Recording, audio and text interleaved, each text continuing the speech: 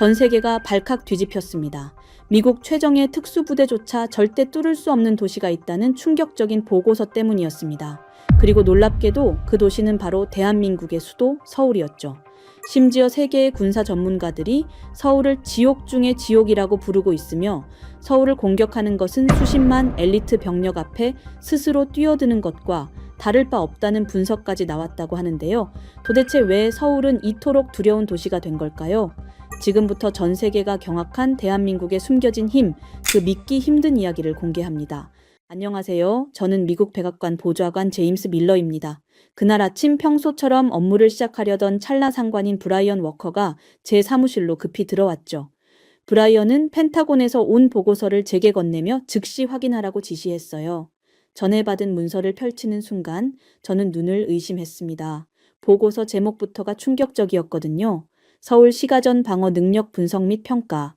하지만 더 놀라운 건 그 내용이었죠. 미군 최정예 특수부대조차 서울을 완전히 장악하는 것은 거의 불가능하다는 평가가 있었거든요. 브라이언은 이런 말도 안 되는 보고서가 어디 있냐며 분노를 표출했습니다. 특히 서울이 미군보다 강하다는 내용에 대해 격렬하게 반발하는 모습이었어요. 이어서 브라이언은 보고서 내용을 완전히 조롱하며 극도로 비하하는 태도를 보였습니다. 한국 같은 작은 나라가 세계 최강 미군과 어깨를 나란히 한다는 것 자체가 말도 안 된다며 코웃음을 쳤어요.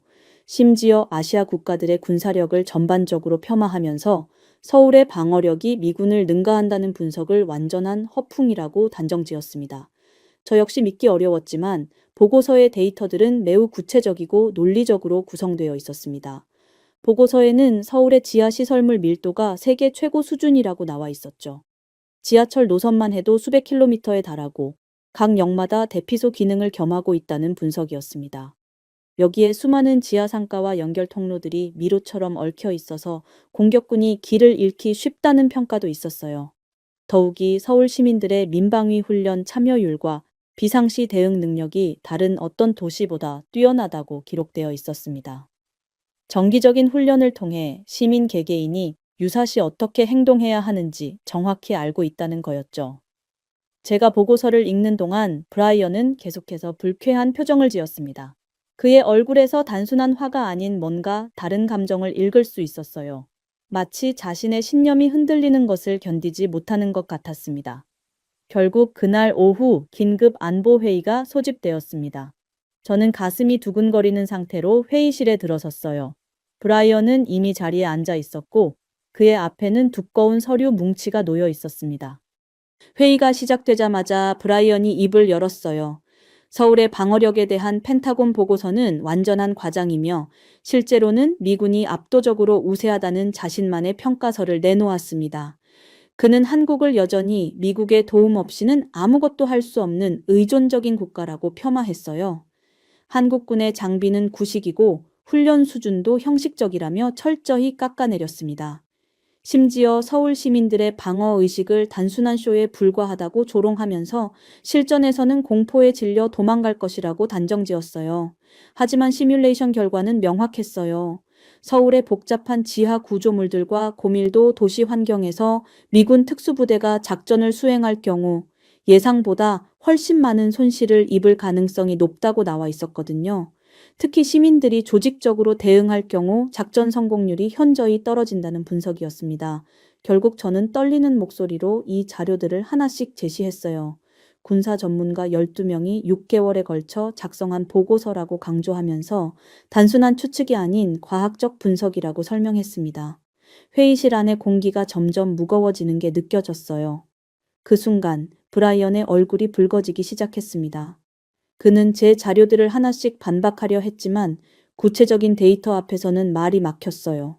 저는 서울 지하철의 총 연장이 700km가 넘고 각 역마다 비상시 대피소 기능을 한다는 사실을 언급했습니다. 더불어 서울 시민들의 민방위 훈련 참여율이 95%를 넘는다는 통계도 제시했어요. 이는 다른 어떤 대도시보다 높은 수치였거든요. 브라이언은 이런 숫자들이 의미 없다고 주장했지만 회의실에 참석한 다른 참모들은 점점 진지한 표정으로 변해갔습니다. 저와 브라이언 사이의 긴장감이 극에 달했을 때였어요.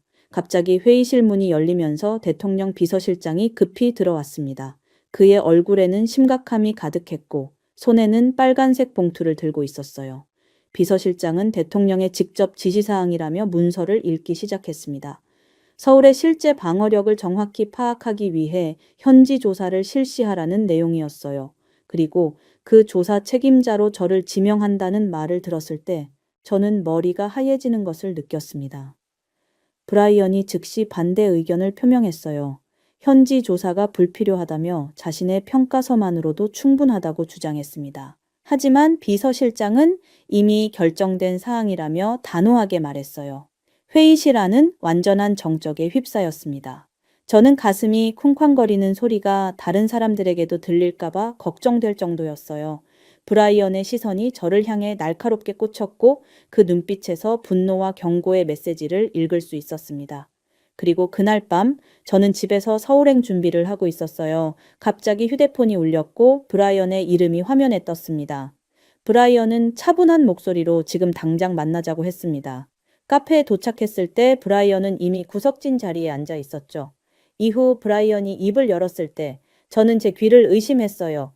그는 2년 전 제가 실수로 기밀 문서를 집에 가져갔던 일을 언급했습니다. 당시 아무도 모르는 줄 알았는데 브라이언이 모든 걸 알고 있었던 거였어요. 손바닥에 찬 땀이 배어나기 시작했습니다. 더 충격적인 건 그 다음이었어요. 브라이언은 제 대학 시절 여자친구와의 단순한 데이트 사진까지 꺼내 들었습니다. 20년 전 캠퍼스에서 찍은 평범한 사진이었는데 브라이언은 이걸 불륜 스캔들로 조작해서 퍼뜨릴 수 있다고 위협했어요. 당시 저는 완전히 싱글이었고 아무런 문제가 없는 정상적인 연애였거든요. 하지만 악의적으로 편집하고 왜곡하면 얼마든지 스캔들로 만들 수 있다는 게 브라이언의 계산이었습니다. 제 얼굴이 하얗게 질려가는 걸 느꼈습니다. 브라이언은 차분하면서도 위협적인 어조로 계속 말했어요. 만약 제가 서울의 방어력을 긍정적으로 평가하는 보고서를 작성한다면 이 모든 조작된 스캔들이 언론에 공개될 것이라고 경고했습니다. 기밀 문서 유출 의혹만으로도 제 정치 생명은 끝장날 텐데 조작된 불륜 스캔들까지 터지면 완전히 사회적으로 매장당할 상황이었어요. 브라이언은 제가 가족들에게 어떤 시선을 받게 될지 상상해보라고 말했습니다. 저는 목구멍이 바짝 마르는 것을 느꼈어요. 브라이언의 눈빛에서는 조금의 망설임도 찾아볼 수 없었습니다. 그는 정말로 저를 파멸시킬 준비가 되어 있었던 거예요. 제 손이 미세하게 떨리기 시작했고 커피잔을 제대로 잡을 수도 없었습니다. 브라이언은 대안을 제시했어요. 서울의 방어력이 과대평가되었다는 결론의 보고서를 작성하면 이 모든 문제가 깔끔하게 정리될 것이라고 했습니다. 심지어 승진까지도 보장해주겠다고 덧붙였어요. 그 순간 저는 극심한 혼란에 빠졌습니다. 가족들의 얼굴이 떠올랐고 지금까지 쌓아온 모든 것이 한순간에 무너질 수도 있다는 공포가 밀려왔어요. 손바닥에는 식은땀이 흥건했고 심장은 터질 것처럼 빠르게 뛰었습니다. 하지만 동시에 다른 생각도 들었어요. 오늘 봤던 펜타곤 보고서의 데이터들, 군사 전문가들의 치밀한 분석들이 머릿속을 스쳐갔습니다. 그리고 무엇보다 진실을 왜곡하라는 브라이언의 요구가 제 양심에 걸렸어요. 브라이언은 제게 답변할 시간을 주겠다며 자리에서 일어났습니다. 하지만 서울에서 돌아오기 전까지 결정하라고 최후 통첩을 던졌어요. 그가 나간 후 저는 한동안 그 자리에 멍하니 앉아 있었습니다. 그러다 결국 새벽 5시쯤 저는 결심을 굳혔어요. 어떤 위협이 있더라도 서울에 가서 진실을 확인하겠다고 마음먹었습니다. 제 개인적인 안위보다는 국가의 정확한 정보와 진실이 더 중요하다고 판단했거든요. 가방을 다시 정리하면서 저는 각오를 다졌습니다. 브라이언의 위협이 현실이 될 수도 있지만 그렇다고 해서 진실을 외면할 수는 없었어요. 서울에서 제가 직접 확인한 것들을 바탕으로 정직한 보고서를 작성하겠다고 다짐했습니다. 그리고 마침내 다음 날 오후 저는 인천공항에 도착했습니다. 브라이언의 위협이 여전히 머릿속을 맴돌고 있었지만 일단 제가 내린 결심을 밀고 나가기로 했어요. 공항에서 나오는 순간부터 서울의 첫인상은 제 예상과 달랐습니다. 도시 전체가 엄청난 활기로 가득했어요. 사람들의 걸음걸이에서부터 뭔가 다른 에너지가 느껴졌습니다.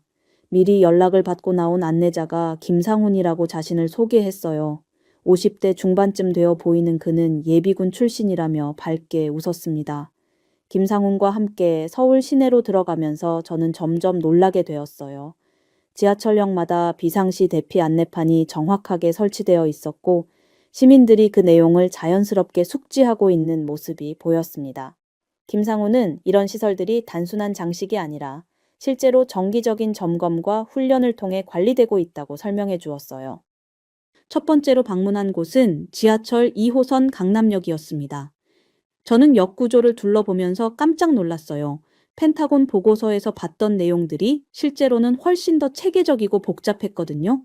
지하 통로들이 미로처럼 연결되어 있는데 각각이 비상시 대피로 역할을 할 수 있도록 설계되어 있었습니다.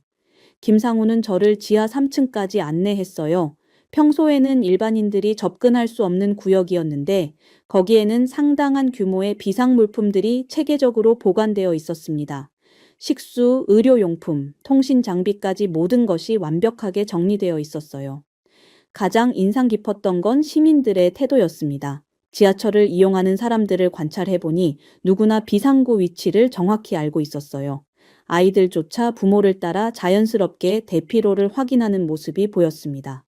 이건 단순한 교육이 아니라 생활 속에 완전히 체화된 습관이었어요. 김상우는 다음으로 저를 한강대교 근처로 데려갔습니다.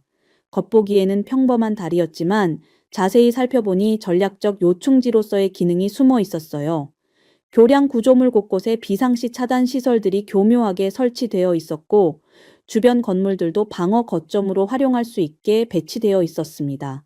저는 점점 경외감을 느끼기 시작했어요. 이건 단순히 군사적 시설을 갖춘 도시가 아니었습니다.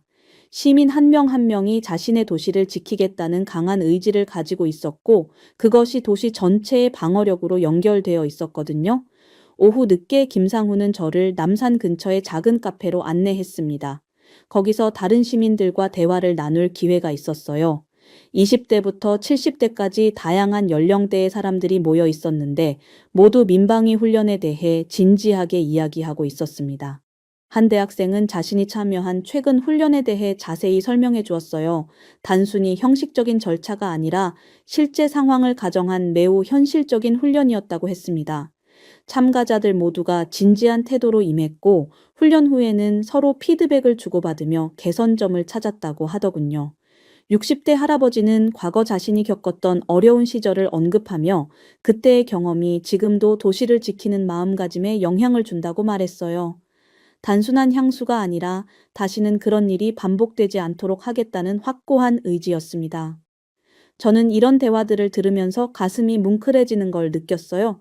펜타곤 보고서에서 분석했던 서울의 방어력이 결국 이런 시민들의 정신에서 나오는 것이라는 걸 직접 확인할 수 있었거든요. 김상훈과 함께 숙소로 돌아가는 길에 저는 브라이언의 편견이 얼마나 잘못된 것인지 깨닫기 시작했습니다. 서울은 단순히 군사력으로 방어되는 도시가 아니었어요. 시민 개개인의 강한 의지와 철저한 준비, 그리고 공동체 의식이 하나로 결합된 살아있는 요새였습니다.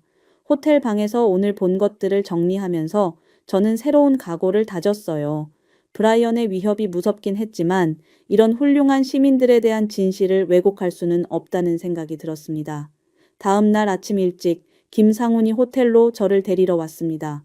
오늘은 정기 민방위 훈련이 있는 날이라며 직접 참관할 수 있는 기회를 마련해 주었다고 했어요. 저는 설레는 마음으로 그를 따라 나섰습니다. 훈련 장소는 강남구 일대였어요. 아침 10시가 되자 사이렌이 울리기 시작했고 거리의 모든 사람들이 질서정연하게 움직이기 시작했습니다. 저는 그 광경에 입이 다물어지지 않았어요. 마치 하나의 거대한 유기체가 움직이는 것처럼 자연스럽고 체계적이었거든요. 김상우는 저를 한 건물의 지하로 안내했습니다. 거기서는 실제 상황을 가정한 대피 훈련이 진행되고 있었어요. 시민들은 각자 맡은 역할에 따라 움직였고 누구 하나 당황하거나 혼란스러워하는 사람이 없었습니다. 그런데 훈련이 시작된 지 30분쯤 지났을 때 예상치 못한 일이 벌어졌어요. 지하 통로에서 갑자기 정전이 발생한 겁니다. 비상등은 켜졌지만 주변이 상당히 어두워졌고 일부 시민들 사이에서 작은 소동이 일어났습니다. 저는 그 순간 어떻게 해야 할지 몰라서 당황했어요. 하지만 김상훈과 다른 시민들은 전혀 흔들리지 않았습니다. 오히려 이런 상황까지도 훈련의 일부인 것처럼 침착하게 대응했어요. 비상 조명을 켜고 대피로를 재확인하는 모습이 정말 인상적이었습니다. 바로 그때 한 젊은 여성이 제게 다가왔어요. 20대 후반쯤 되어 보이는 그녀는 날카로운 눈빛으로 저를 바라보며 누구냐고 물었습니다. 김상훈이 서둘러 소개해 주었는데 그녀가 바로 김상훈의 딸인 김지연이었어요. 김지연은 기자라고 자신을 소개했지만 제게 상당히 냉랭한 태도를 보였습니다. 미국에서 온 관찰자라는 제 정체를 알게 되자 더욱 경계하는 기색이 역력했어요. 혹시 한국을 비하하려는 목적으로 온 것이 아니냐며 직설적으로 물어보더군요. 저는 그 질문에 당황했어요. 사실 브라이언의 편견을 확인하러 온 것도 아니고 그렇다고 완전히 중립적인 입장도 아니었거든요. 어떻게 대답해야 할지 망설이는 사이 김지연의 표정은 더욱 차가워졌습니다. 정전으로 인한 혼란이 계속되는 가운데 김지연은 제게 이런 상황에서 미국인은 어떻게 행동할 것 같냐고 물었어요. 도발적인 질문이었지만 저는 솔직하게 대답했습니다. 아마 대부분의 미국 시민들은 당황하고 혼란스러워 할 것 같다고 말했어요. 그러자 김지연의 표정이 조금 누그러졌습니다. 최소한 거짓말은 하지 않는 사람이라고 판단한 것 같았어요. 하지만 여전히 저에 대한 의심의 눈초리는 거두지 않았습니다. 정전 문제가 해결되고 훈련이 재개되었을 때 또 다른 돌발 상황이 발생했어요. 한 노인분이 갑자기 가슴을 움켜쥐며 쓰러진 겁니다. 저는 그 순간 어떻게 해야 할지 몰라서 멈춰 섰어요. 하지만 김지연의 대응은 정말 놀라웠습니다. 즉시 응급처치를 시작하면서 동시에 119에 신고했어요. 주변 시민들도 자연스럽게 도움을 주며 질서정연하게 움직였습니다. 마치 이런 상황도 이미 여러 번 훈련해본 것처럼 체계적이었어요. 김지연은 노인분이 안정을 찾을 때까지 곁에서 지켰습니다. 구급차가 도착해서 노인분을 병원으로 옮긴 후에야 안도의 표정을 지었어요. 저는 그런 그녀의 모습을 보면서 깊은 감명을 받았습니다. 훈련이 끝난 후 김지연은 저에게 미안하다고 했어요. 처음에 너무 경계했던 것 같다며 외국 기자들 중에 한국을 부정적으로 보도하는 사람들이 많아서 민감하게 반응했다고 설명했습니다. 저는 그녀의 솔직함에 더욱 호감을 느꼈어요. 자신의 실수를 인정하고 사과할 줄 아는 용기가 있었거든요. 동시에 조국을 지키려는 그녀의 마음도 충분히 이해할 수 있었습니다. 김지연은 제게 커피 한 잔 하자고 제안했어요. 좀 더 진솔한 대화를 나누고 싶다고 하더군요. 저는 기꺼이 수락했습니다. 오늘 본 그녀의 모습이 너무 인상적이었고 더 알고 싶다는 생각이 들었거든요.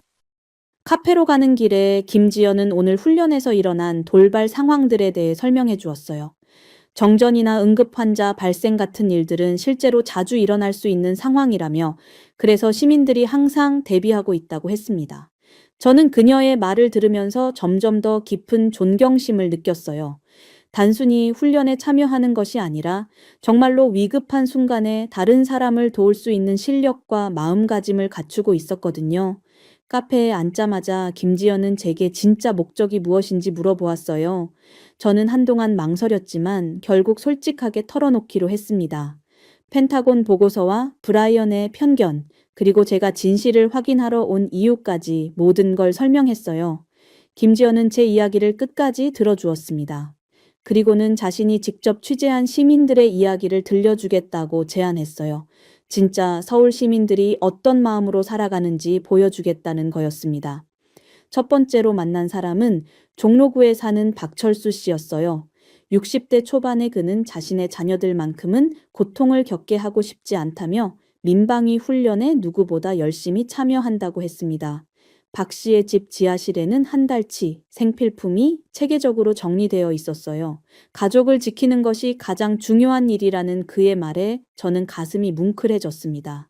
다음으로 만난 사람은 20대 대학생 이민준 씨였어요. 그는 민방위 훈련을 통해 만난 친구들과 자원봉사 동아리를 운영하고 있었습니다. 평소에는 독거노인들을 돕고 비상시에는 대피를 도와드리는 역할을 맡고 있다고 했어요. 젊은 세대까지도 이렇게 진지한 방어 의식을 가지고 있다는 사실에 놀랐습니다. 김지연은 저를 성동구의 한 아파트 단지로 데려갔어요. 거기서는 주민들이 자발적으로 조직한 방제 모임이 열리고 있었습니다. 30대부터 70대까지 다양한 연령대의 주민들이 모여서 비상시 대응 방안을 논의하고 있었어요. 각자 자신의 전문 분야를 살려서 기여하는 모습이 인상적이었습니다.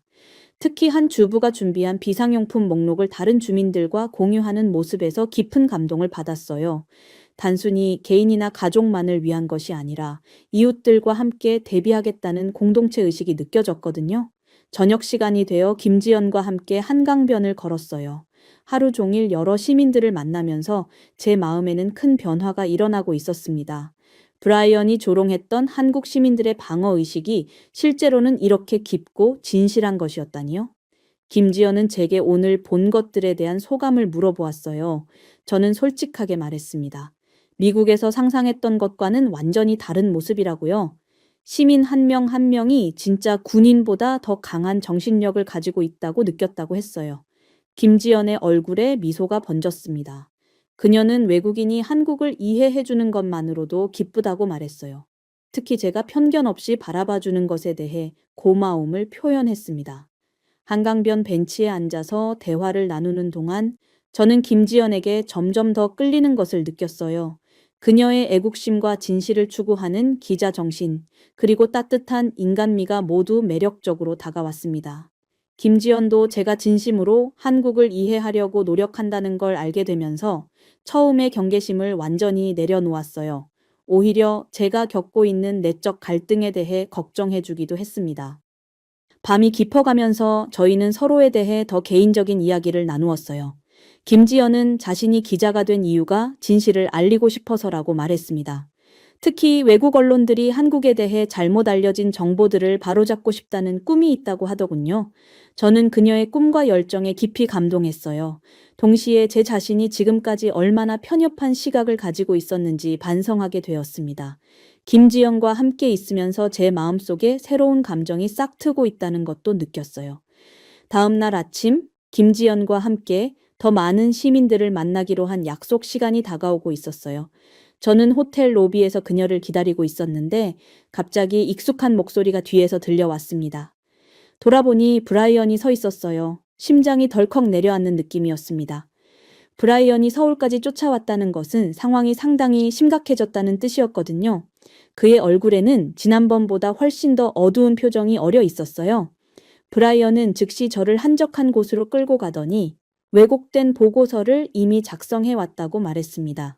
서울의 방어력을 완전히 폄하하고 한국 시민들의 준비성을 과장된 허풍으로 묘사한 내용이었어요.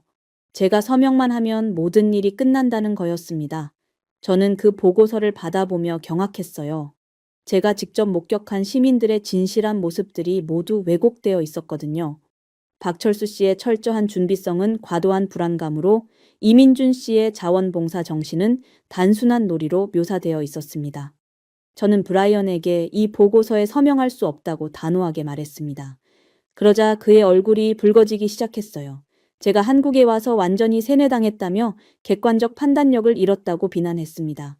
바로 그때 김지연이 로비에 나타났어요. 저는 급히 그녀에게 상황을 설명했고 김지연은 즉시 김상훈에게 연락을 취했습니다. 김상훈이 도착하자 브라이언은 더욱 공격적으로 변했어요. 한국인들 앞에서 자신의 권위가 도전받는 것을 참지 못하는 듯했습니다. 하지만 김지연의 대응은 놀라웠어요. 그녀는 기자로서의 전문성을 발휘해 브라이언의 주장을 하나씩 논리적으로 반박했습니다. 김상훈도 브라이언에게 직접 민방위 시설을 보여주겠다고 제안했어요. 지하철 강남역 지하 3층에 도착했을 때 브라이언의 표정이 조금씩 변하기 시작했어요. 그가 상상했던 것보다 훨씬 체계적이고 현실적인 시설들이 눈앞에 펼쳐졌거든요. 하지만 여전히 인정하려 하지 않았습니다. 김지연은 브라이언에게 직접 비상 상황을 가정한 테스트를 해보자고 제안했어요. 그녀가 휴대폰으로 주변 시민들에게 연락을 취하자 불과 10분 만에 20여 명의 시민들이 모였습니다. 브라이언은 그 광경을 보며 당황하는 기색을 감추지 못했어요. 시민들은 각자의 역할에 따라 질서정연하게 움직였습니다. 누군가는 비상용품을 점검하고 누군가는 대피로를 확인했어요. 의료진 자격을 가진 시민은 응급처치 장비를 준비했고 엔지니어는 시설물 상태를 점검했습니다. 가장 결정적인 순간은 한 할머니가 브라이언에게 직접 말을 걸었을 때였어요. 그 할머니는 6월 25 전쟁을 직접 겪은 분이셨는데 다시는 그런 일이 반복되지 않도록 하기 위해 지금도 꾸준히 훈련에 참여한다고 말씀하셨습니다. 할머니의 진심 어린 말씀을 들으며 브라이언의 얼굴에서 오만함이 조금씩 사라지는 것을 볼 수 있었어요. 하지만 여전히 자신의 잘못을 인정하려 하지는 않았습니다. 김지연은 이 모든 과정을 카메라로 촬영하고 있었어요. 브라이언의 편견과 실제 현실 사이의 극명한 차이를 기록으로 남기는 거였습니다. 마지막에 김상훈이 브라이언에게 물었습니다. 지금 본 것들이 과연 형식적인 쇼였는지, 시민들의 정신력이 정말 허약한지 말이에요. 브라이언은 대답하지 못하고 입을 다물었습니다. 저는 그 순간 브라이언의 편견이 완전히 무너지는 것을 목격했어요. 김지연과 김상훈의 도움으로 저는 브라이언의 왜곡된 보고서를 공개적으로 반박할 수 있었습니다. 진실이 승리한 순간이었지만 동시에 브라이언과의 관계는 완전히 파탄난 것도 분명했어요. 그렇게 브라이언과의 대립이 끝난 후 저는 서울에서의 마지막 하루를 맞았습니다. 지난 며칠 동안 경험한 모든 것들이 머릿속에서 정리되기 시작했어요. 처음 이곳에 왔을 때의 편견과 지금의 생각이 180도 달라진 것을 실감했습니다. 김지영과 함께 마지막으로 남산타워에 올랐어요. 서울 전체가 내려다 보이는 그곳에서 저는 이 도시가 가진 진짜 힘을 다시 한번 느꼈습니다. 수많은 건물들과 거리, 그리고 그 안에서 살아가는 1,000만 명의 시민들, 각자가 모두 강인한 정신력을 가진 사람들이라는 걸 이제는 확신할 수 있었어요. 김지연은 제게 이번 경험이 어떤 의미였는지 물어보았습니다. 저는 솔직하게 말했어요. 미국에서 가져온 모든 고정관념이 완전히 무너졌다고요. 서울의 진짜 방어력은 첨단 무기나 군사시설이 아니라 시민들의 마음에 있다는 걸 깨달았다고 했습니다. 김지연의 눈에 눈물이 살짝 맺혔어요. 외국인이 자신의 나라를 이렇게까지 이해해주는 것에 대한 감동이었을 겁니다. 저 역시 가슴이 뭉클해졌어요. 이런 훌륭한 사람들과 함께한 시간이 너무나 소중했거든요. 공항으로 가는 길에 김상훈도 함께 나왔습니다. 그는 제게 서울 시민들을 대표해서 감사하다는 말을 전했어요. 진실을 보려고 노력해준 것만으로도 충분히 고맙다고 하더군요. 저는 오히려 제가 더 많은 것을 배웠다고 답했습니다. 김지연과의 작별은 특히 어려웠어요. 며칠이라는 짧은 시간이었지만 그녀와 함께하면서 느꼈던 감정들이 아직도 제 마음속에 남아 있었거든요. 그녀는 제게 언제든 다시 한국에 오라고 했습니다. 그때는 관찰자가 아니라 친구로서 말이에요. 비행기에 탑승하면서 저는 지난 일들을 차근차근 되돌아보았습니다. 브라이언의 위협, 시민들과의 만남, 김지영과의 시간들. 모든 것이 제 인생에서 잊을 수 없는 경험이 되었어요. 특히 서울 시민들의 강인한 정신력은 평생 잊지 못할 것 같았습니다. 백악관으로 돌아가는 긴 비행 시간 동안 저는 보고서를 작성하기 시작했어요. 브라이언의 왜곡된 내용과는 정반대의 진실한 보고서였습니다.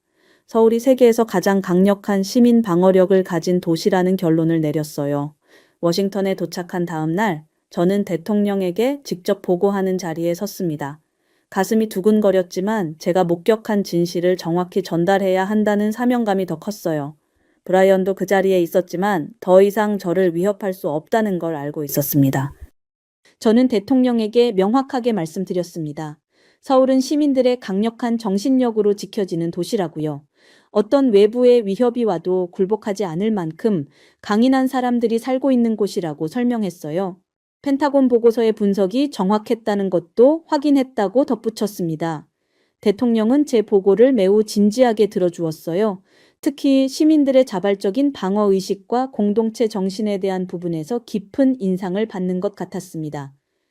미국도 배울 점이 많다는 말씀까지 하셨어요. 며칠 후 제 보고서 내용이 언론을 통해 공개되기 시작했습니다. 서울의 시민 방어력에 대한 새로운 평가가 국제적으로 화제가 되었어요. 많은 외국 언론들이 한국의 시민 정신에 대해 재조명하기 시작했습니다. 가장 기뻤던 것은 김지연으로부터 온 메시지였어요. 제 보고서 덕분에 한국에 대한 국제적 인식이 많이 개선되었다고 감사 인사를 전해왔습니다. 그녀의 메시지를 읽으며 저는 뿌듯함과 그리움을 동시에 느꼈어요. 브라이언은 결국 자신의 잘못을 인정하고 사과문을 발표했습니다. 편견에 사로잡혀 객관적 판단을 하지 못했다는 내용이었어요. 비록 늦었지만 용기 있는 행동이라고 생각했습니다. 이제 전 세계가 알게 되었어요. 서울이라는 도시가 얼마나 특별한 곳인지, 그리고 그곳에 사는 시민들이 얼마나 훌륭한 사람들인지 말입니다. 제가 전한 메시지는 단순한 군사 분석을 넘어서 인간의 정신력과 공동체 의식의 위대함을 보여주는 사례가 되었어요. 미국 국방부가 단 하나의 한국 보고서로 발칵 뒤집혔다고 하면 믿으시겠습니까? 어느 날 갑자기 등장한 한국 핵잠수함에 대한 충격적인 정보에 펜타곤 내부는 순식간에 혼란에 빠졌습니다. 결국 미국 국방부는 진실을 파악하기 위해 군사 분석관 한 명을 한국에 긴급히 파견합니다. 그러나 그 분석관이 한국에서 마주한 현실은 미국의 모든 예상을 완전히 뒤집는 것이었는데요. 과연 그가 한국에서 발견한 충격적 진실은 무엇이었을까요? 지금부터 그 놀라운 이야기가 펼쳐집니다. 안녕하세요. 저는 존 밀러입니다. 미국 국방부에서 군사 분석관으로 일하고 있죠. 그날 사무실의 컴퓨터 화면에 긴급 보고서가 떴습니다. 제목부터 심상치 않았죠. 한국 핵잠수함 개발 완료 추정. 순간 저는 잠시 화면을 멍하니 바라봤습니다. 한국이 핵잠수함을 개발했다고요? 보고서 내용은 더욱 놀라웠습니다. 한국이 독자적으로 핵잠수함 기술을 완성했다는 정보였거든요. 저는 즉시 상사인 마이클 해리스에게 전화를 걸었습니다. 역시나 마이클은 완전히 격노했어요. 그의 목소리에서 분노와 불신이 느껴졌죠. 한국이 감히 미국 몰래 핵잠수함을 만든다는 것이 있을 수 없다고 했습니다. 그들에게 그런 기술력이 있을 리 없다며 목소리를 높였어요. 저는 차분하게 보고서의 내용이 상당히 구체적이니 검토해 볼 필요가 있다고 말했지만 마이클은 더욱 격앙되었죠. 저를 너무 순진하다고 했습니다. 한국 같은 나라가 핵잠수함을 만들 수 있다고 정말 생각하느냐며 따졌어요. 이건 분명 가짜 정보거나 과장된 것이라고 단정했습니다. 저는 마이클의 감정적인 반응이 이해되지 않았습니다. 그는 항상 한국에 대해 부정적인 시각을 가지고 있었거든요. 하지만 분석관으로서 저는 객관적인 판단이 필요하다고 생각했습니다. 다음 날 아침 일찍 사무실에 도착했을 때 마이클은 이미 제 책상 앞에 서 있었습니다. 그의 얼굴은 어제보다 더욱 굳어 있었죠. 저는 가슴이 답답해지는 것을 느꼈습니다. 분명 어젯밤 제가 조사한 내용 때문에 더 큰 갈등이 벌어질 것 같았거든요. 마이클은 제가 자리에 앉기도 전에 말을 시작했습니다. 한국의 핵잠수함 개발 소식이 완전히 조작된 정보라고 단정했어요. 그들이 다른 나라의 기술을 훔쳐서 만든 것일 가능성이 높다고 주장했습니다. 저는 그의 목소리에서 어제보다 훨씬 강한 적대감을 느꼈어요. 저는 어제 밤 조사한 자료들을 꺼내며 차근차근 설명하기 시작했습니다. 한국의 조선 업체들이 최근 몇 년간 보여준 기술적 성과들을 하나씩 제시했죠. 특히 한국이 독자적으로 개발한 잠수함 기술들의 발전 과정을 상세히 설명했습니다. 하지만 마이클의 반응은 예상했던 것보다 훨씬 격렬했어요. 마이클은 제 설명을 중간에 끊으며 공격적으로 나왔습니다. 제가 왜 한국을 그렇게 두둔하느냐고 따졌어요. 미국의 분석관이 다른 나라의 편을 드는 것이 말이 되느냐며 목소리를 높였습니다. 저는 그 순간 사무실 전체가 조용해지는 것을 느꼈어요. 다른 동료들이 모두 저희를 바라보고 있었거든요. 저는 최대한 침착함을 유지하려고 노력했습니다. 객관적인 분석이 제 역할이라고 말했죠. 감정적 편견보다는 사실에 근거한 판단이 중요하다고 강조했습니다. 그때 마이클이 던진 말이 저를 깜짝 놀라게 했습니다. 한국이 어떻게 그런 기술을 단기간에 개발할 수 있었겠냐며 의구심을 표했어요. 분명히 외부의 도움이나 불법적인 방법이 있었을 것이라고 했습니다. 저는 그의 말에서 단순한 의심을 넘어선 무언가를 감지했어요. 결국 오후가 되어서야 마이클과의 격렬한 논쟁이 끝났습니다. 사무실 분위기는 얼어붙어 있었어요. 동료들은 모두 조심스럽게 저를 바라보고 있었습니다. 저는 컴퓨터 앞에 앉아 다시 한국 관련 자료를 찾기 시작했어요. 며칠 뒤 긴급 회의가 소집되었습니다. 회의실에 들어서는 순간 무거운 분위기가 느껴졌어요. 부서장을 비롯해 고위 간부들이 모두 참석했습니다. 저는 준비해온 분석 자료를 꽉 쥐고 자리에 앉았어요. 부서장이 회의를 시작하며 한국 핵잠수함 개발에 대한 정확한 평가가 필요하다고 말했습니다. 저는 가슴이 빨리 뛰는 것을 느꼈어요. 드디어 제가 조사한 내용을 공식적으로 발표할 기회가 온 것이었죠. 저는 일어서서 한국의 기술 발전 현황을 차근차근 설명하기 시작했습니다. 조선 업체들의 기술력 향상 과정을 구체적인 수치와 함께 제시했어요. 특히 한국이 최근 몇 년간 독자적으로 개발한 잠수함 기술들의 성과를 상세히 보고했습니다. 회의실 안의 간부들이 진지하게 듣고 있는 모습이 보였어요. 하지만 제 발표가 끝나자마자 마이클이 벌떡 일어났습니다. 그의 얼굴은 붉게 달아올라 있었어요. 마이클은 제 분석이 완전히 잘못되었다고 주장했습니다. 한국이 그런 고도의 기술을 독자적으로 개발할 능력이 없다고 단언했어요. 그의 목소리에는 평소보다 훨씬 강한 적개심이 섞여 있었습니다. 마이클은 제가 한국에 너무 우호적이라고 비난했습니다. 미국의 분석관으로서 객관성을 잃었다고 공격했어요. 그의 말투가 점점 개인적인 공격으로 바뀌어가는 것을 느꼈습니다. 회의실 안의 다른 참석자들도 당황하는 기색이 역력했어요. 저는 가슴이 답답해지면서도 최대한 차분하게 대응했습니다. 객관적인 데이터와 사실만을 근거로 분석한다고 강조했어요. 개인적인 감정이나 편견은 배제하고 있다고 말했습니다. 하지만 마이클의 공격은 멈추지 않았어요. 회의실 안의 분위기가 점점 험악해졌습니다. 마이클과 저 사이의 갈등이 폭발적으로 드러나면서 모든 참석자들이 충격을 받은 표정이었어요. 부서장도 어쩔 줄 모르는 모습이었습니다. 저는 이런 상황이 벌어질 줄 몰랐거든요. 그때 부서장이 회의를 잠시 중단시켰습니다. 잠깐의 휴식 시간 동안 저는 화장실에 가서 찬물로 세수를 했어요. 거울 속 제 얼굴이 창백해 보였습니다. 이런 공개적인 갈등은 처음 겪는 일이었거든요. 회의가 재개되었을 때 부서장이 결정적인 발언을 했습니다. 한국의 기술력에 대한 정확한 평가를 위해 현지 조사가 필요하다고 말했어요. 그리고 저를 직접 한국으로 파견하겠다고 발표했습니다. 저는 그 순간 온몸에 전율이 흘렀어요. 마이클의 얼굴이 순간 굳어지는 것을 봤습니다. 그는 아무 말도 하지 못했어요. 회의실 안의 모든 시선이 저에게 쏠렸습니다. 저는 가슴이 두근거리면서도 이것이 진실을 밝힐 수 있는 기회라는 생각이 들었어요. 부서장은 2주 뒤 출발 예정이라고 했습니다. 한국에서 직접 기술력을 확인하고 정확한 보고서를 작성하라고 지시했어요. 저는 고개를 끄덕이며 최선을 다하겠다고 대답했습니다. 하지만 마음속으로는 엄청난 부담감을 느꼈어요. 이번 파견이 제 분석관 생활의 가장 중요한 순간이 될 것 같았거든요. 시간이 흘러 인천공항에 도착했을 때에는 이미 해가 지고 있었습니다. 입국 수속을 마치고 도착 게이트로 나오는 순간 한국의 공기를 처음 마셨어요. 뭔가 익숙하면서도 낯선 느낌이었습니다. 공항 안의 모습부터 제가 상상했던 것과는 달랐어요. 매우 현대적이고 세련된 모습이었거든요. 마중 나온 통역관을 찾는데 시간이 좀 걸렸습니다. 한국어로 적힌 제 이름을 든 여성을 발견했을 때 안도감이 들었어요. 그분이 바로 박서연이었습니다. 39세로 보이는 단정한 외모의 여성이었어요.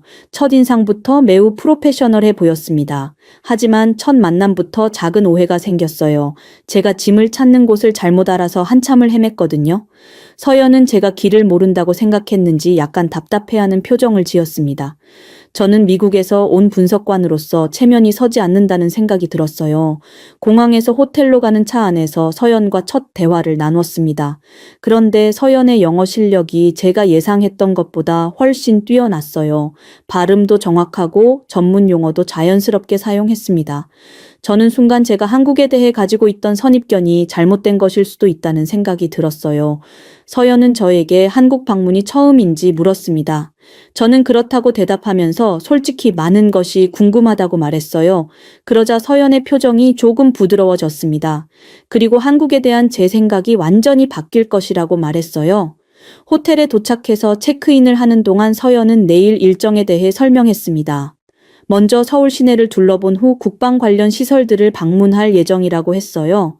저는 고개를 끄덕이며 들었지만 사실 긴장감이 계속 올라오고 있었습니다. 서연이 떠나기 전에 저에게 한 말이 인상적이었어요. 내일 보게 될 한국은 제 상상을 넘어설 것이라고 했습니다. 그리고 미리 마음의 준비를 하라고 조언했어요. 저는 그 말에서 뭔가 특별한 의미를 느꼈습니다. 혼자 남겨진 호텔방에서 저는 창밖을 바라봤어요. 서울의 야경이 펼쳐져 있었습니다. 생각보다 훨씬 화려하고 현대적인 모습이었어요. 고층 빌딩들이 빽빽하게 들어서 있고 도로에는 차들이 끊임없이 지나다니고 있었습니다. 저는 샤워를 하면서 오늘 하루를 정리해봤어요. 한국에 도착한 지 몇 시간밖에 안 됐는데도 이미 여러 가지 놀라운 점들을 발견했습니다. 공항의 시설, 서연의 영어 실력, 서울의 야경까지 모든 것이 제 예상을 뛰어넘었어요. 다음 날 아침 일찍 잠에서 깼을 때 저는 여전히 어제의 충격에서 벗어나지 못했습니다. 호텔 조식당에서 아침을 먹으며 창밖을 내다보니 서울의 아침 풍경이 펼쳐져 있었어요. 출근하는 사람들의 모습이 뉴욕이나 워싱턴과 전혀 다르지 않았습니다. 오히려 더 질서정연해 보였어요. 서연이 로비에서 저를 기다리고 있었습니다. 어제보다 훨씬 밝은 표정이었어요. 오늘은 본격적인 서울 투어를 시작한다며 기대해도 좋다고 말했습니다.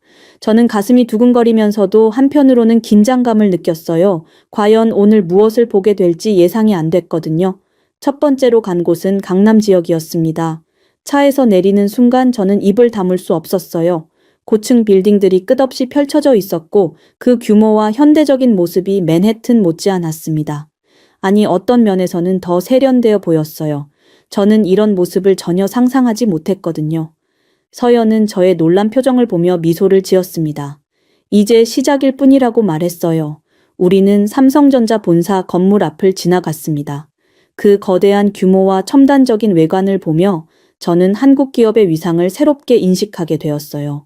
이런 기업이 있는 나라가 첨단 기술을 개발하지 못할 이유가 없다는 생각이 들었습니다.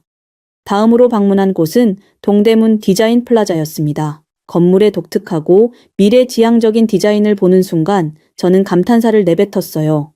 이런 건축물을 설계하고 건설할 수 있는 기술력이면 다른 분야에서도 충분히 뛰어난 성과를 낼 수 있을 것 같았습니다. 서연은 이 건물이 세계적인 건축가가 설계했지만 한국의 기술로 완성된 것이라고 설명했어요. 오후에는 한강공원을 걸어봤습니다. 강변에 조성된 공원의 규모와 시설들이 놀라웠어요. 자전거 도로, 운동시설, 휴식 공간들이 체계적으로 배치되어 있었습니다. 많은 시민들이 여유롭게 시간을 보내고 있는 모습을 보니 이 나라의 삶의 질이 상당히 높다는 것을 알 수 있었어요. 서연과 함께 걸으면서 대화를 나누는 동안 저는 그녀의 깊이 있는 지식에 계속 놀랐습니다. 한국의 역사, 문화, 경제 발전 과정에 대해 매우 해박한 지식을 가지고 있었어요. 그리고 제가 궁금해하는 것들을 정확히 파악해서 설명해 줬습니다. 저는 점점 서연에 대한 존경심과 호감을 느끼기 시작했어요. 해질 무렵 남산타워에 올라갔습니다. 서울 전체가 한눈에 내려다 보이는 경치를 보며 저는 완전히 압도되었어요. 도시 전체가 하나의 거대한 첨단 도시였습니다. 불빛들이 켜지기 시작하면서 더욱 환상적인 모습을 보여줬어요. 저는 이런 도시를 건설하고 운영하는 기술력이면 충분히 핵잠수함도 만들 수 있겠다는 확신이 들었습니다. 서연이 저에게 한국의 발전 속도에 대해 설명해 줬어요. 불과 몇십 년 전만 해도 전쟁의 폐허였던 이 나라가 이렇게 변할 수 있었던 것은 국민들의 교육열과 기술 개발에 대한 열정 때문이라고 했습니다. 저는 그 말을 들으며 마음 깊이 감동받았어요. 저녁에는 명동에서 한국 음식을 처음 맛봤습니다. 서연이 추천해준 식당에서 불고기와 김치찌개를 먹어봤는데 생각보다 훨씬 맛있었어요. 음식 문화도 매우 세련되고 발달되어 있다는 것을 느꼈습니다. 서연과 함께 식사하면서 자연스럽게 개인적인 이야기도 나누게 되었어요. 서연은 미국에서 유학한 경험이 있다고 했습니다. 그래서 미국 문화도 잘 알고 있었어요. 하지만 한국으로 돌아온 이유는 이 나라의 발전 가능성을 믿었기 때문이라고 말했습니다. 저는 그녀의 말에서 강한 애국심과 자부심을 느꼈어요. 호텔로 돌아가는 길에 서연이 말했습니다. 오늘 본 것은 한국의 극히 일부분에 불과하다고 했어요. 내일부터는 더 놀라운 것들을 보게 될 것이라고 말했습니다.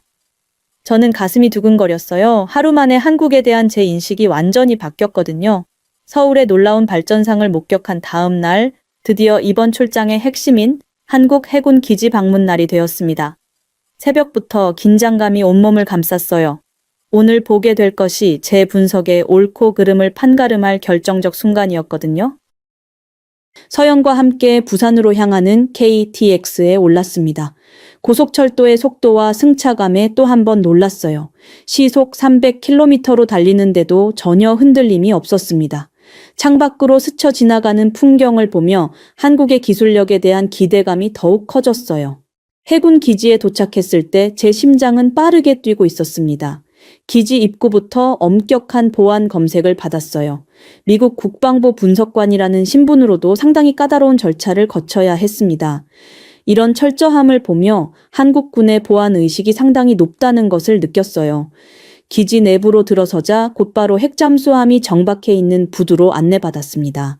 멀리서 핵잠수함의 실루엣이 보이는 순간 저는 숨이 멎는 것 같았어요. 그 크기와 위용이 상상했던 것보다 훨씬 인상적이었습니다.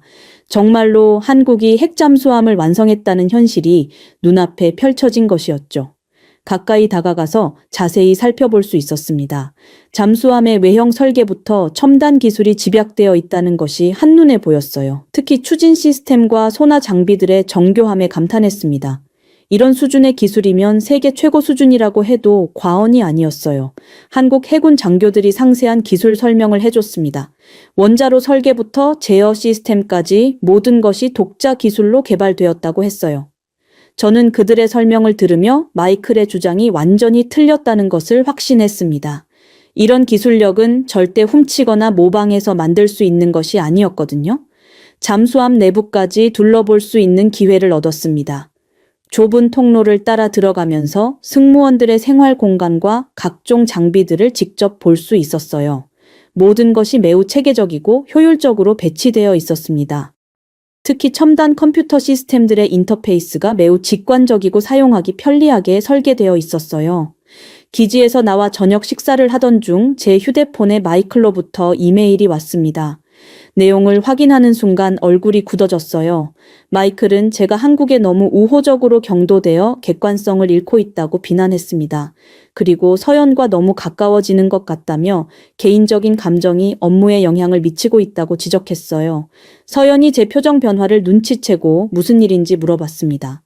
저는 마이클의 이메일 내용을 설명했어요. 그러자 서연의 얼굴도 어두워졌습니다. 자신 때문에 제가 곤란해지는 것 같다며 미안하다고 했어요. 그리고 앞으로는 거리를 두는 것이 좋겠다고 말했습니다. 저는 서연의 말을 듣고 마음이 아팠습니다. 마이클의 편견 어린 시각 때문에 서연이 상처받는 것을 원하지 않았어요. 저는 서연에게 마이클의 이메일은 개인적인 편견에서 나온 것이라고 설명했습니다. 제 분석과 판단은 철저히 객관적인 사실에 근거한 것이라고 강조했어요. 서연은 제 말을 듣고 조금씩 표정이 밝아졌습니다. 하지만 여전히 걱정스러운 기색을 감추지 못했어요. 제가 미국으로 돌아가서 곤란해질까봐 염려하고 있었습니다. 저는 서연의 그런 배려심에 더욱 감동받았어요. 그날 밤 호텔에서 저는 마이클에게 답장을 보냈습니다. 한국의 기술력이 실제로 뛰어나다는 것을 구체적인 근거와 함께 설명했어요. 그리고 개인적 감정이 아닌 객관적 사실에 근거해서 분석하고 있다고 명확히 했습니다. 서연은 매우 전문적이고 유능한 통역관일 뿐이라고 덧붙였어요. 다음 날 아침 서연을 만났을 때 어색한 기류가 흘렀습니다. 하지만 저는 서연에게 마이클의 편견에 흔들리지 않겠다고 말했어요. 진실은 변하지 않는다고 했습니다. 서연은 제 말을 듣고 미소를 지었어요. 그리고 한국인으로서 자부심을 가지고 있다고 말했습니다. 그렇게 한국에서의 마지막 며칠이 흘러가면서 저는 종합적인 보고서 작성에 몰두했습니다. 서연과 함께 보낸 시간들이 점점 소중하게 느껴졌어요. 단순한 업무상 관계를 넘어선 깊은 유대감이 형성되고 있었습니다. 하지만 곧 떠나야 한다는 현실이 마음을 무겁게 만들었어요. 마지막 날 저녁, 서연과 함께 한강을 다시 걸었습니다. 며칠 전 처음 왔을 때와는 완전히 다른 감정이었어요. 이제 이곳이 낯설지 않았고 오히려 정든 곳이 되어 있었습니다. 서연도 평소보다 조용했어요. 이별이 가까워진다는 것을 둘 다 느끼고 있었거든요. 서연이 제게 한국에서의 경험이 어땠는지 물어봤습니다. 저는 솔직하게 모든 것이 제 예상을 뛰어넘었다고 말했어요. 한국의 기술력뿐만 아니라 문화, 사람들의 열정까지 모든 것이 인상적이었다고 했습니다. 특히 서연 같은 분을 만날 수 있어서 정말 행운이었다고 말했어요. 서연의 얼굴이 붉어지는 것을 봤습니다. 그리고 자신도 저와 함께한 시간이 매우 의미 있었다고 말했어요. 미국에서 온 분석관이 한국을 이렇게 객관적이고 공정하게 바라봐 주어서 고맙다고 했습니다. 저는 그 순간 가슴이 뭉클해지는 것을 느꼈어요. 공항으로 가는 마지막 아침이 되었습니다. 호텔 로비에서 서연을 만났을 때 둘 다 어색한 침묵이 흘렀어요. 말하고 싶은 것은 많았지만 쉽게 입이 떨어지지 않았습니다. 차 안에서도 평소보다 대화가 적었어요. 공항이 가까워질수록 아쉬움이 더욱 커졌습니다. 인천공항 출발 게이트 앞에서 서연과 마지막 인사를 나눴습니다. 서연은 제게 한국을 잊지 말아달라고 부탁했어요. 그리고 언젠가 다시 한국에 올 기회가 있기를 바란다고 말했습니다. 저도 이번 경험을 평생 잊지 못할 것이라고 말했어요. 서연의 눈에서 눈물이 글썽이는 것을 봤습니다. 14시간의 긴 비행 시간 동안 저는 계속 한국에서의 경험들을 되새겼습니다. 처음 도착했을 때의 놀라움부터 핵 잠수함을 직접 본 감동, 그리고 서연과 함께한 모든 순간들까지 하나하나 생생했어요. 이제 이 모든 것을 정확하고 객관적으로 미국에 보고해야 한다는 책임감이 무겁게 다가왔습니다. 워싱턴에 도착해서 곧바로 국방부로 향했습니다. 마이클이 제가 돌아온다는 소식을 듣고 사무실에서 기다리고 있었어요. 그의 표정에서 여전한 회의적인 시선을 느꼈습니다. 하지만 저는 이번에는 확신에 차 있었어요. 직접 보고 경험한 것들이 있었거든요. 보고서 작성에 일주일이 걸렸습니다. 한국의 핵 잠수함 기술력을 상세히 분석하고 그들의 독자적 개발 능력을 객관적으로 평가했어요. 특히 한국의 전반적인 기술 발전 수준과 향후 잠재력에 대해서도 종합적으로 기술했습니다. 마이클이 중간중간 내용을 확인하려 했지만 저는 단호하게 거절했어요. 드디어 보고서를 제출하는 날이 되었습니다. 부서 전체가 모인 회의에서 제 발표를 시작했어요. 한국의 기술력이 세계 최고 수준이라는 결론을 명확히 제시했습니다. 그들이 핵잠수함을 독자적으로 개발할 수 있는 충분한 능력을 보유하고 있다고 강조했어요. 마이클의 얼굴이 점점 굳어지는 것을 봤습니다. 하지만 다른 참석자들은 제 보고에 진지하게 귀를 기울이고 있었어요. 구체적인 기술 자료와 현장에서 직접 확인한 증거들을 제시하자 회의실 분위기가 완전히 바뀌었습니다. 더 이상 누구도 한국의 기술력을 의심하지 않았어요. 회의가 끝난 후 마이클이 저를 찾아왔습니다. 예상과 달리 그의 표정이 많이 누그러져 있었어요. 마이클은 제 보고서를 자세히 읽어봤다고 말했습니다. 그리고 자신이 한국에 대해 가지고 있던 편견이 잘못되었다는 것을 인정했어요. 마이클은 진심으로 사과했습니다. 개인적인 감정이 업무 판단에 영향을 미쳤다고 반성한다고 했어요. 앞으로는 더욱 객관적이고 공정한 시각으로 분석에 임하겠다고 약속했습니다. 저는 그의 진솔한 사과를 받아들였어요. 그날 밤 집에 돌아가서 서연에게 이메일을 보냈습니다. 한국의 기술력을 높이 평가하는 보고서가 공식적으로 채택되었다고 알려줬어요. 그리고 이 모든 것이 서연의 도움 덕분이었다고 감사 인사를 전했습니다. 서연으로부터 답장이 왔을 때 저는 가슴이 두근거렸어요. 서연은 제 소식을 듣고 매우 기뻐했다고 했습니다. 한국의 진정한 모습을 미국에 알려주어서 고맙다고 말했어요. 그리고 언젠가 다시 만날 수 있기를 바란다는 말을 남겼습니다. 저도 그 마음이 간절했어요. 그렇게 서연과의 이메일 교환이 계속되면서 저는 한국에서의 경험이 단순한 출장 이상의 의미를 가진다는 것을 깨달았습니다. 제 인생관과 세계관이 완전히 바뀐 계기였어요. 며칠 후 국방부에서 대규모 브리핑이 예정되어 있었는데 제가 한국 방문 경험을 공유하게 되었습니다. 브리핑 당일 아침 저는 긴장하면서도 설렘을 느꼈어요. 고위 간부들과 여러 부서의 분석관들이 참석하는 중요한 자리였거든요. 제 경험담이 미국의 대한국 정책에 실질적인 영향을 미칠 수 있는 기회였습니다. 마이클도 함께 참석했는데 이제는 저를 응원하는 눈빛으로 바라보고 있었어요. 브리핑을 시작하면서 저는 솔직하게 고백했습니다. 한국에 가기 전까지 저 역시 편견을 가지고 있었다고 말했어요. 하지만 직접 보고 경험한 한국은 완전히 달랐다고 강조했습니다. 참석자들이 모두 진지하게 제 이야기에 귀를 기울이고 있었어요. 저는 서울에서 본 놀라운 발전상부터 차근차근 설명했습니다. 강남의 고층 빌딩들, 첨단 교통 시스템, 그리고 무엇보다 한국인들의 교육열과 기술 개발에 대한 열정을 생생하게 전달했어요. 특히 핵 잠수함을 직접 확인했을 때의 감동을 상세히 묘사했습니다. 브리핑 중간에 한 고위 간부가 질문했습니다. 한국의 기술력이 정말 미국과 대등한 수준인지 확신하느냐고 물었어요. 저는 망설임 없이 대답했습니다. 일부 분야에서는 오히려 한국이 앞서 있을 수도 있다고 말했습니다. 회의실이 잠시 조용해졌어요. 저는 이어서 한국과의 진정한 동맹 관계에 대해 말했습니다. 편견을 버리고 상호 존중하는 관계가 될 때 비로소 강력한 동맹이 완성된다고 강조했어요.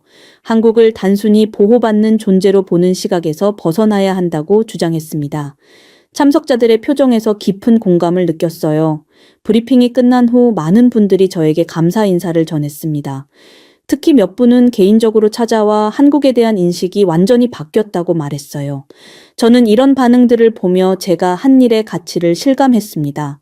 그로부터 몇 주 후 놀라운 소식을 들었습니다. 국방부에서 한국과의 새로운 협력 프로젝트를 추진하기로 결정했다는 것이었어요. 그리고 마이클과 제가 공동으로 이 프로젝트를 담당하게 되었습니다. 과거의 갈등을 완전히 뛰어넘어 함께 일하게 된 것이었죠. 마이클은 이제 완전히 달라진 모습이었습니다. 한국 관련 자료를 적극적으로 연구하고 있었어요. 심지어 한국어 공부까지 시작했다고 했습니다. 저는 그의 변화된 모습을 보며 사람은 언제든지 바뀔 수 있다는 것을 깨달았어요. 새로운 협력 프로젝트는 양국의 첨단 기술 교류를 목표로 했습니다. 특히 해군 기술 분야에서의 상호 협력이 핵심이었어요. 마이클과 저는 이 프로젝트를 성공시키기 위해 밤낮 없이 노력했습니다.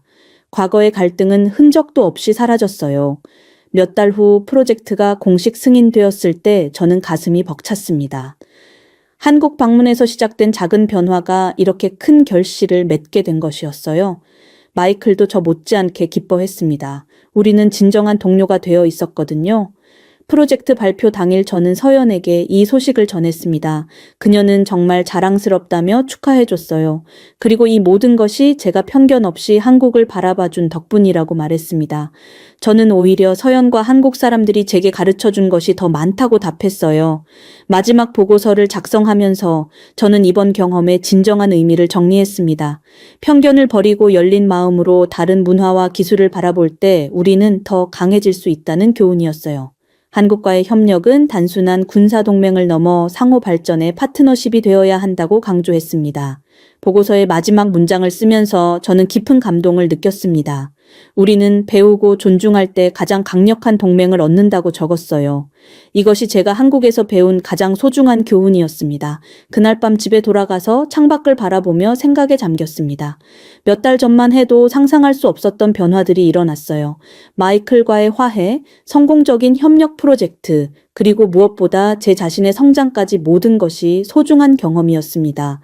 언젠가 다시 한국을 방문해서 서연을 만날 수 있기를 간절히 바라며 하루를 마무리했어요.